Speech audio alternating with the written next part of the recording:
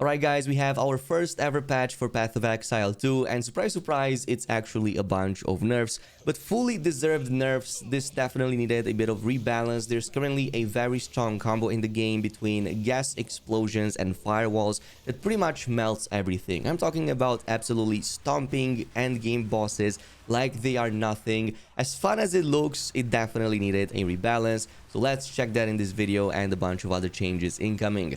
Starting right up, of course, the two big changes are the gas grenade and to the gas arrow explosions, so both the mercenary and the rangers get affected. Like I said, this was a very strong setup with the firewall. You could set up a firewall, then use gas grenades or gas arrows. This would cause the gas fog to appear on the ground, but because that fire effect was so strong, it would immediately cause the detonation, which was the source of that huge amount of damage. So in the case of the gas grenade, we're seeing almost like a 40% damage reduction. So base damage has been reduced to 150 to 468, gem level 120, previously from 240, 749. So basically a level 1 gem is now going to have 150% damage down from 240, and the level 20 of the gas grenade is 468% down from 749. In the case of the gas arrow, it's an even bigger difference, about 60-65% just eyeballing it. So reduced to 100% down from 250 at level 1, at level 20, 312 from 780, which is actually absolutely huge. I've seen some gameplay of that gas arrow build and it was just completely stomping everything. There's even a Twitter post about it, so currently it's a bit too easy to detonate gas grenade explosions when combined with persistent ignite skills like the flame wall. We'll be adjusting the explosion damage of both gas grenade and gas arrow for now in an upcoming hotfix. In the future, we want to update it such that the potency of the ignite or detonator contributes to determining the damage of the gas cloud explosion. That way, we would be able to avoid balancing around the simplest and most efficient way to apply ignites. So the way I'm reading this is that in the future, it's going to be that ignite potency that influences the damage explosion of the gas cloud. Like, you know, you have some of those support gems that give you 100% to ignite chance. I'm assuming those are actually going to be important, which feels more balanced. So if you really want to dedicate yourself to a build like this, I still think it will be possible even after the patch, but you're going to just need maybe some extra support gems for that, maybe some passive nodes to further increase the ignite potency in this case, like they call it. Interesting to note is that I cannot seem to detonate gas clouds as easily on my witch using firewall plus the gas cloud provided by the sniper skeletons. So that was already balanced. I'm surprised that it wasn't already fixed for the other classes. Now, we do have a bunch of other nerfs incoming, so we found another skill in an unacceptable balance state, maybe in the other patch, so that's going to be the magnetic salvo. The damage will get reduced. The way this worked was even more interesting because it would melt enemies even faster. So you would set up a bunch of lightning rods at the enemy's feet with that salvo and then detonate it with another ability. And this was a very strong combo because you could place a ton of these around and all of them would deal a high amount of damage. So obviously, even against like endgame bosses, further into like the chapters, you would absolutely melt their HPs away in 2 or 3 rounds of this. I still think that this is going to continue being strong way into the nerf. I think that this is still going to be viable. It's just not going to melt half of the enemy's HP in one single salvo. So obviously, it was definitely in need of a rebalance. Now, in terms of other patch changes, we have temporarily disabled the blood-soaked character effect microtransaction, also fixed an issue where some players could get stuck on a loading screen indefinitely. Another one for a bug where you could not refund Atlas passive skills when using a controller. Another bug with the automatic gateway selection when playing on consoles. Fixed a client crash. Also, other crashes over here and a bunch of other crashes that you probably also experienced. I didn't. For me, it was, pretty chill and I had no problems so far. Now, in terms of some of the other changes I would love to see, and I'm seeing some of these also echoed by the fan base, especially like even veterans of Path of Exile 1. There's one post on Reddit of a person who played like 15,000 hours of the first PoE 1.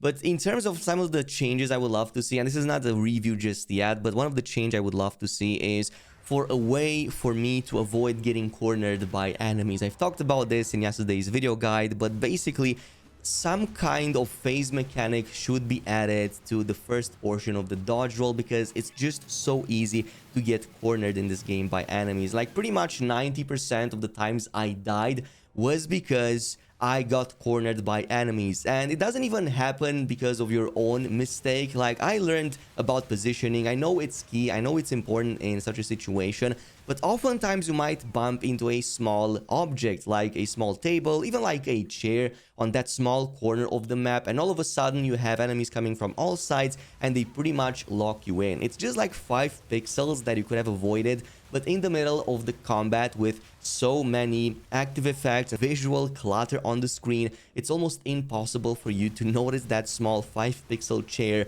that holds you in place, or maybe the edge of the map, because it may be a bit confusing with the layout and you're absolutely getting smashed over there without doing anything. Now, another thing that I found really interesting in terms of changes compared to the first Path of Exile game, yeah, even in this case, I found that the maps in Path of Exile 2 are exceedingly large, especially in Act 3. Some of them are, like this user says right here, pretty much as big as the entirety of Act 1, which is absurd to think about it, because you're going to have to clear maps of similar sizes, maybe 3/4 sizes like these in the end game. And here's one thing about it. A lot of them are actually maze-like. What does that mean? Basically, you're going in and it's so spread out, you're going to find a lot of edges with dead ends. That was one of the biggest complaints we had in Diablo 4. And the thing about Diablo 4 is that they never had it to such an extent that you had so many dead ends on the entire map, basically. And keep in mind that here you have all of those save points, so you have to go to a checkpoint. Actually, it's going to make the game save over there, but if you don't reach a new checkpoint, or if you did not find it because of the structure of the map, you're going to get teleported back, maybe at the beginning of the dungeon where you had your previous checkpoint, unless you find another one. And then it also resets all of the enemies, which I can see how it may become frustrating for some folks out there.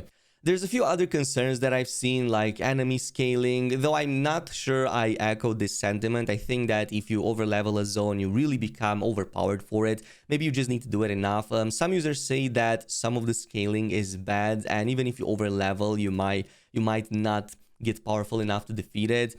So some zones keep up with the level, up the point, or the mobs in general scale like that. I just put the game to the side for like 6 hours because it was not fun anymore. I'm not sure if that's the case, but I only tested this after level like 45 going back into Act 2. It didn't feel like anything scaled, so I don't know, maybe I was way too overleveled. Maybe that's a different story if the difference is much smaller.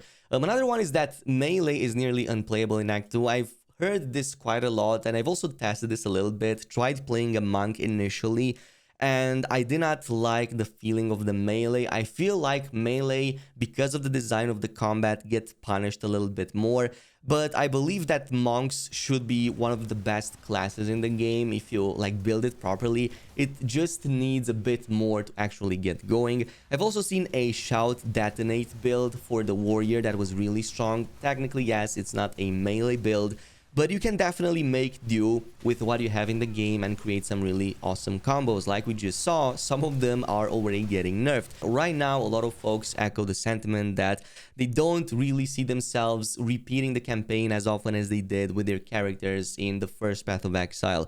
Of course, in a genre like this, that is still very important because you have all of these classes. Some of your choices are set in stone and you really cannot backtrack them. Like, for example, choosing your ascendancy, you cannot change it to another one. You need to create a new character. So I can see some folks actually getting put off by the idea of repeating the painful campaign once again.